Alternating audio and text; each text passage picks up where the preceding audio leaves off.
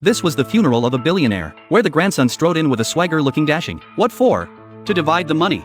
The other children showed no sorrow. The eldest son even couldn't help but laugh out loud. Everyone was impatiently waiting for the funeral to end, to divide the old man's enormous fortune. But when the lawyer finished reading the will, everyone was stunned. The old man hadn't left them a single penny. The children stormed out in anger. Only the grandson Jason looked utterly indifferent. His father had died young, rumored to have been killed by his grandfather, leaving their relationship permanently fractured. Jason never expected to inherit anything, but unexpectedly, the lawyer singled out Jason to stay, playing a video recording, left solely for him by his grandfather. Jason's face showed impatience, until his grandfather mentioned a super gift, and he perked up instantly. In the video, Grandpa explained there were 12 gifts in total, each more valuable than the last. But to claim them, Jason must complete a series of trials.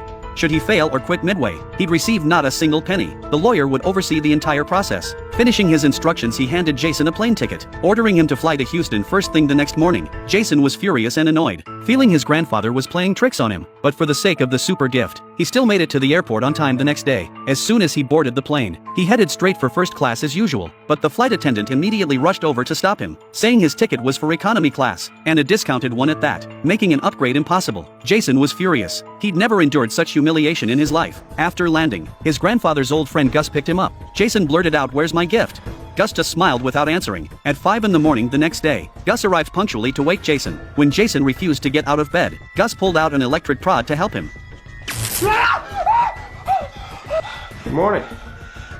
What is your problem?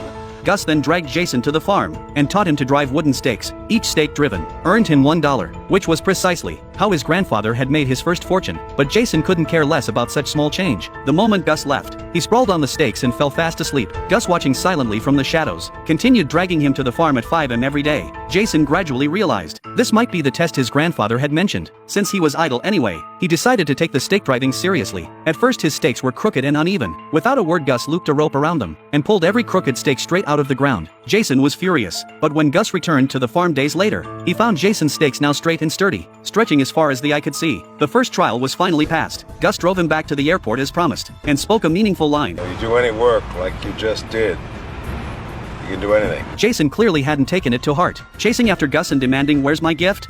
Gus smiled, still offering no answer. Jason felt utterly duped, storming off to confront the lawyer for an explanation. But the lawyer told him, "The job is your first gift." Jason instantly lost his temper, ready to quit the challenge on the spot. The lawyer urged him to persevere, saying all the surprises were yet to come. Jason returned home full of anticipation, but the moment he opened the door he was utterly stunned. This wasn't a surprise, it was a shock.